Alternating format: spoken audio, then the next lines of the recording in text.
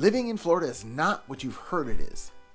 We're going to be talking today about things like the market, some new additions of businesses in the area, a wildlife phenomena that I'd never heard of before, and it could be a little unnerving if you don't know what it is, and what to do with your boat when a hurricane's coming. What are your options? We're going to be talking about these things and many more, so stick around, we're getting after that next. Hey everybody, my name's Craig Cunha. I'm a real estate agent here in Southwest Florida, and if you've been looking for a channel to tell you a little bit more about what it's like to live, play, eat, sleep, and buy real estate on the Gulf Coast, this is the channel for you. Go ahead and subscribe, hit the little bell to make sure you're notified every time a new video comes out, and to get a head start, go to our nextfloridahome.com and go ahead and start your MLS search now so that you can see more accurately what's available in the market. I'm getting calls from people every day. And one thing that you have to do that these people are all doing is give me a call, text, or email so that I can answer any of your questions moving forward. All right, so we're going to be talking about why living in Florida isn't what you've heard it is. There's so many different stories out there. You hear all these doomsday people talking about bubbles bursting and the market's going to fall apart. And, obviously there's turmoil around the world, but we can't stop living here for what's going on around the world.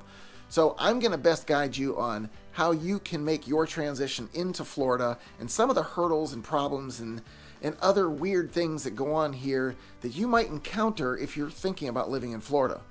Now, one thing you should know about me, if you've been watching for any amount of time, is I'm going to give it to you as straight as I possibly can, and I'm going to do it from my perspective. These are the things that I'm learning from conversations with people, from being out and about, and just when I'm delving into the market and seeing the pricing, where it's going, what's happening with that. You're going to know what it is because it's what I know. I see it every day. So what I will tell you about this market right now is it may not be for everybody. If you're somebody that's thinking, hey man, I'm going to get a job when I move to Florida, I'll be able to pay for the home no problem. Well, the lender's going to have a couple obstacles for you right then and there. They want to see that you have something secured either with the same company or in the same line of work, and you're going to need to show some pay for a few weeks to be able to prove that's what it's going to be. But if you're coming in that situation, it's going to be tough. And rentals are really tough to come by as well. I'm telling people just to go to apartments.com or hotpads.com if you're looking for rentals because it's very difficult to find them right now.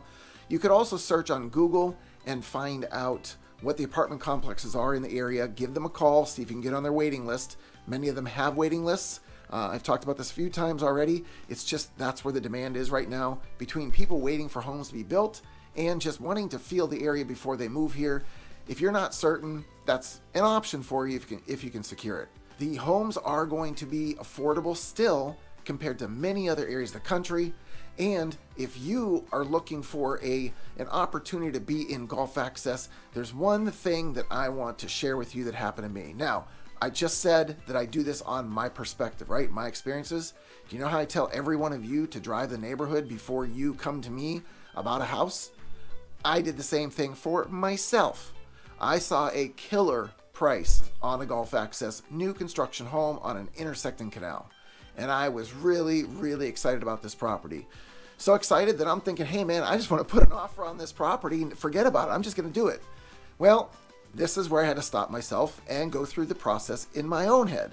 So I went over and I drove the neighborhood. Now, there's a reason why everything's priced the way it is. If a price you see is too good to be true, there's a reason it's too good to be true. This is in a neighborhood where I'm driving in, out, around, or under duplexes to get to my house. Now you'd say, well, what's wrong with duplexes? Well, this was a daytime video, maybe late morning, early afternoon. And as you can see, there are some cars in the driveways. Imagine what the evening's like.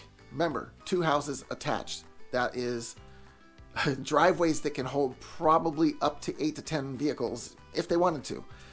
And that's if they don't park on the street. These are rental units also. So that means it's very transient, lots of people in and out. I don't want that in my neighborhood. I want to be in a neighborhood that is just single family homes. And you know what? The Gulf access thing would have been nice, but this is where I had to say to myself, Craig, is this what you want in your neighborhood? And you know what? Honestly, it wasn't. And the price was what it was because there's probably a lot of other people that wouldn't want that either.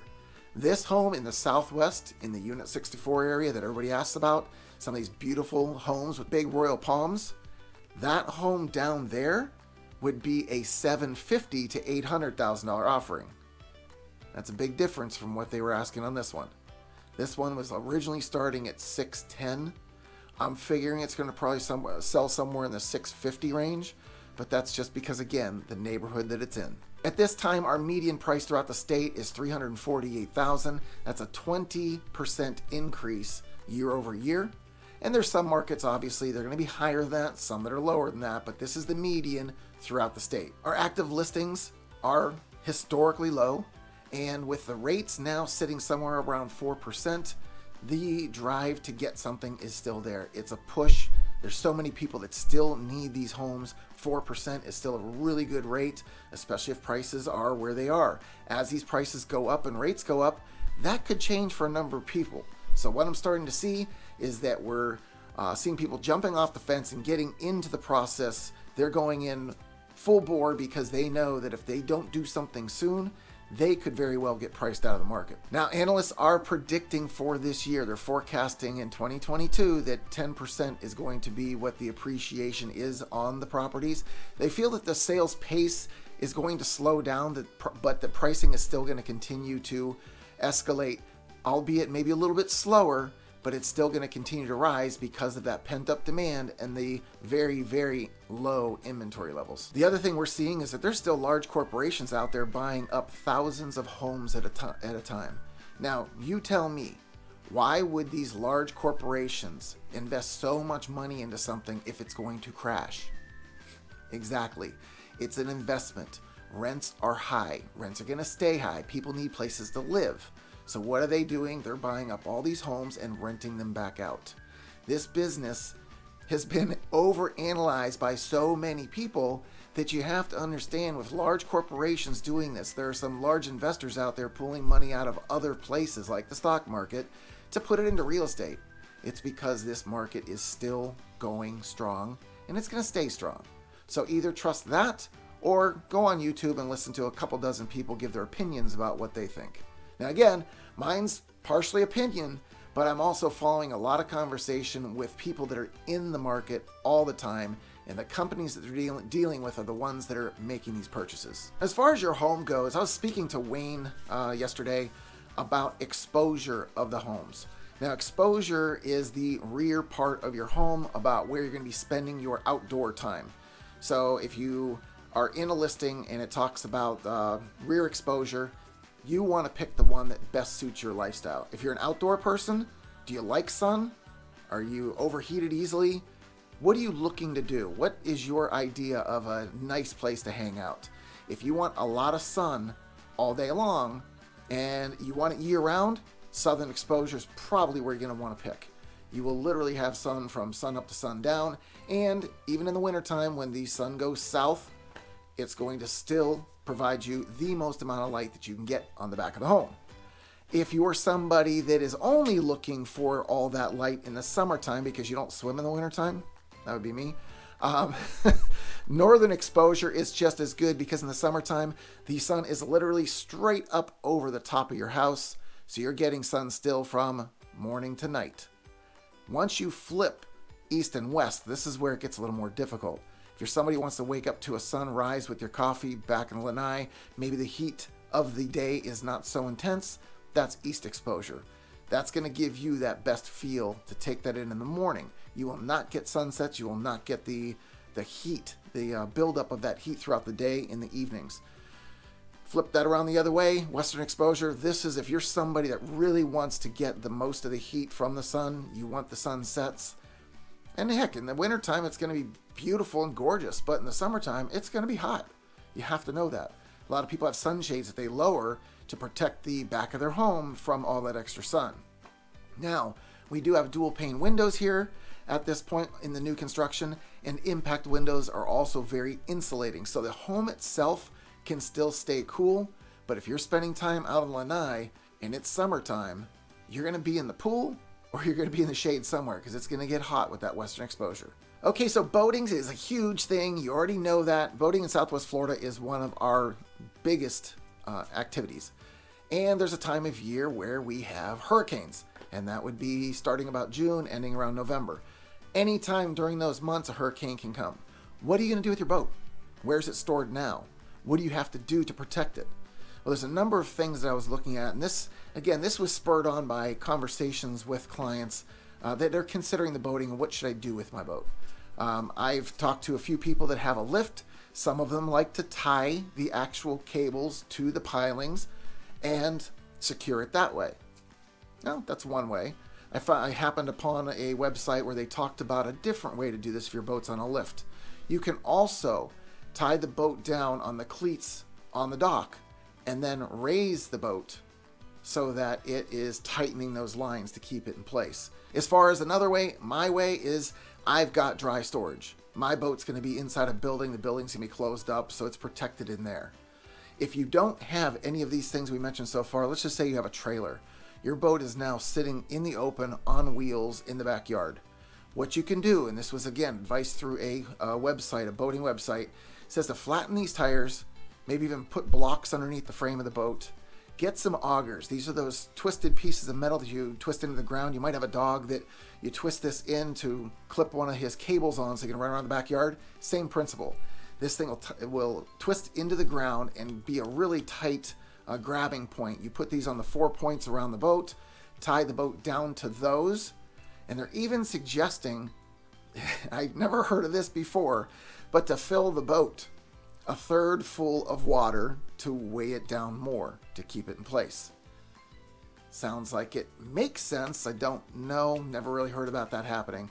You'll also see in this picture where in a concrete parking area, you can do the same kind of thing. Just have these bolts or whatever you're tying down to secured into the concrete in this case, and then you're going to tie down to those. That's going to keep the boat in place with all the winds that are going to come. As far as flying objects, you can't do anything about that, but I think most of us have insurance on our boat, so hopefully you don't have to use the insurance, but it should be there to protect it from other things. And last but not least, if none of this stuff is really working for you, a hurricane's path tends to go from south to north in a western fashion. So if you can get below the storm's path, get south of its path, just run. Go as far south away from the thing as you can get the boat out of harm's way. That's your last option. Building challenges in our area are not for the faint of heart. And Eric is experiencing something that I, again, have not been a part of so far in this process, but he's dealing with some issues. He's the client that has the mangroves on his Gulf Access property. He's trying to put a seawall in so he can get construction started.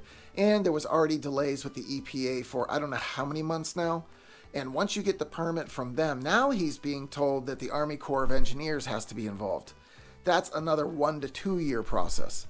Now remind you, this is just to get the darn seawall. Once the seawall goes in, then you have another year and a half of construction of the house.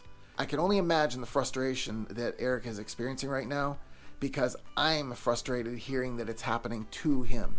I don't like for any of my clients to have anything but a seamless experience, and this one is turning into something well beyond seamless. All right, so again, I keep telling you about all these changes happening around Cape Coral, where there's a bunch of them that are coming next. We have a plaza that's going in at Del Prado and Pine Island Roads, and this plaza is going to have some things that we're just going to love to experience. Fort Myers has this place that a lot of people know, and if they've been a local for any amount of time, I guarantee they've been there numerous times. I know I have. Love Boat Ice Cream. If you're an ice cream freak or aficionado or just like ice cream from time to time in a bunch of different ways, this place has it. Well, we're getting one in Cape Coral, and it's going to be right up in that intersection, along with Mission Barbecue. If you've never done Mission Barbecue, you've got to try it. The brisket is amazing. So you're going to do those things. Firehouse Subs is coming in. Also, PJ's Coffee, I believe is the name of it. We're going to have a freestanding Tire Kingdom there as well. So all these storefronts are coming into this plaza, and that's at the north end. As you continue all the way back down, we had another update today about the Seven Islands project. As you know, we have this project now kind of under the guidance of a Forest Developments, and this is going to be a 400-acre project, and they've also said that there is going to be a hotel. There's going to be housing, shops, dining, and a new marina. All these things are going to be in this project, and now having a developer involved, there's going to be more meetings to hash all this stuff out, but we have a lot better idea of what's going to be there, who's going to be running this, and what that's going to look like in the future. On top of that, we also found out that the Super Walmart that's supposed to come out to the west side, you have no idea how much I'm excited about that, because the other one's all the way on the east side of Cape Coral. This one is going to be 2 minutes from my house, right next to where the Bubba's is, up here on Pine Island Road. That is slated to start this year and finish next year. That is going to be a huge growth thing for this west side of Cape Coral.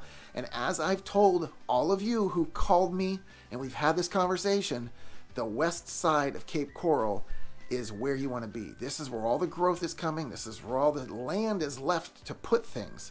So if you're one of those people that's looking for the most growth, I think you can agree that where things are going in and where the attractions are going to be and where the businesses are going to be, that's a pretty good opportunity for growth. Now, speaking of businesses in Cape Coral, there's a business that is doing something contradictory to everything that's been going on for the last 2 years.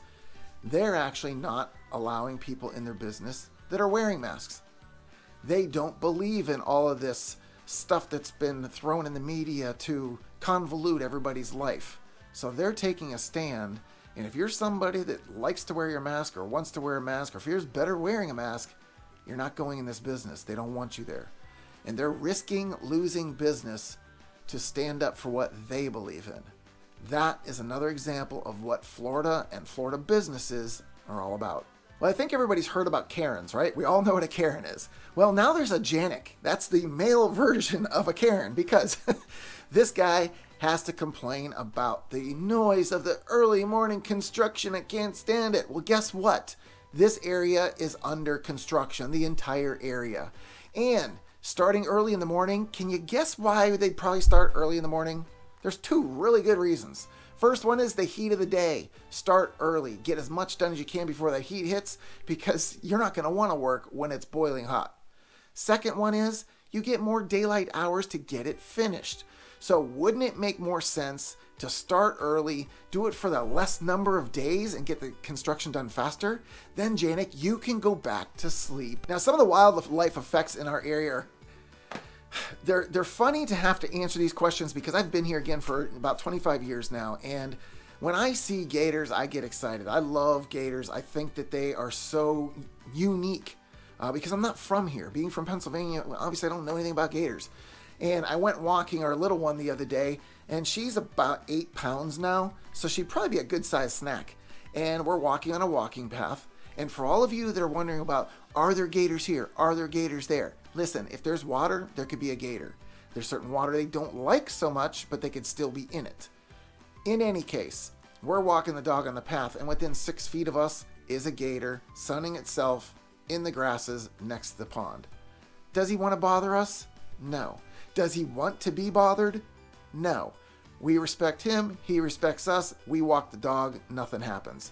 It's just a matter of being aware that they could be there and being ready to react if they should have a different thought about that interaction.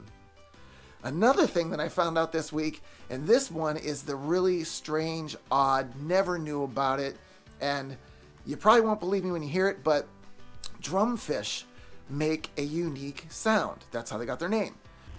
That's what a drum sounds like. Trying to get the hook out. They will seriously vibrate anything they're laying on, and even the boat if they're underneath you. Oh, come on. And this sound, when it's happening in the canals, apparently this sound can resonate through the piping up into your house. So while you may not be hearing it, say, out sitting in the lanai, out in the outdoor space, it's nice and quiet, you're enjoying the cool breezes, yet inside, Zach and Joey, they live right in the area with these canals because they're on a canal. And Zach shared with me that there's been nights where he's had to cover his head with his pillow because the sound was so distracting and annoying. Now, I've never experienced this personally. Again, this is a story I'm taking firsthand from somebody I trust, and the forum that I found that they were discussing this on, there was numerous conversations about it, even people spending tens of thousands of dollars trying to remedy a problem in their house that didn't even exist. It was these drumfish making the sound and having it reverberate up through the pipes into the house. Now, I thought this was a little cute. You might think this is corny, but what people do here at times, and people, when I say that, it's usually younger kids. Now, I've seen some adults say they do it too, but you can take one of these small geckos that are running everywhere, and if you put anything in their mouth, they're going to clamp down on it, kind of like most reptiles would.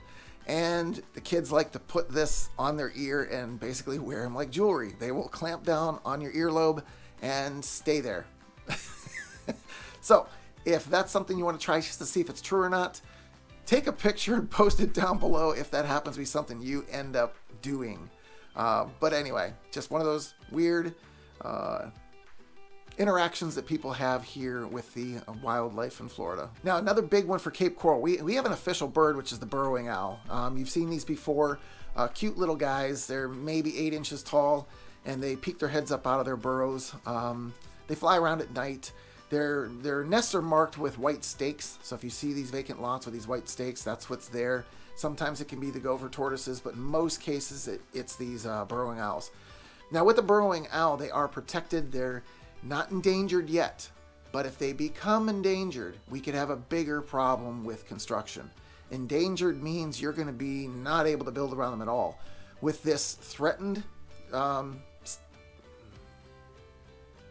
with them classified as threatened right now, we're still able to do construction. You have to be outside of a 33-foot radius of the nest to do it. And I had a client, they had to actually relocate the nest in order to build her home.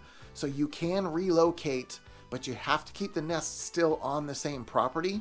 Has to do something with the owls and being able to find their coordinates. Has to be in the same area, but it can be relocated, say, from the center of the lot to a front corner, back corner, whatever that may be. But as long as they stay in this category and don't move it into endangered, we should be all right. But if that ever happens, watch this construction and housing market get even tighter. There's a new bill that they're trying to pass here in the state, and I think it's going to be absolutely fantastic. It's something that's been missing for a long time. I know that we've had pieces and parts of this when I went to school years ago, but they want to do a financial literacy course that has to be passed by every senior before they can graduate high school. Hey, if you are anything like me and understand the importance of being able to have these, this next generation understand how to balance checkbooks and how to save their money and how to apply it, and what does a mortgage look like and how is that payment going to affect me and what are the extra expenses that come with that. All of these things being taught and having an understanding level before you actually start investing money, even how it affects your credit scores. These are things that these kids should probably know before they take off for college. Because if you remember, like I did, all the different people trying to get you to sign up for credit cards when you first get to college, yeah, that could be a total nightmare. So let these kids understand that by passing this bill. And if we have a chance to vote for it, I say every Floridian, if you're going to come down to Florida and become a resident here, again, vote for this kind of a bill because it's only going to help our future generations and help our communities grow by giving them this opportunity. All right, so that's it. Living in Florida isn't what you heard it is. There's some other nuances to it.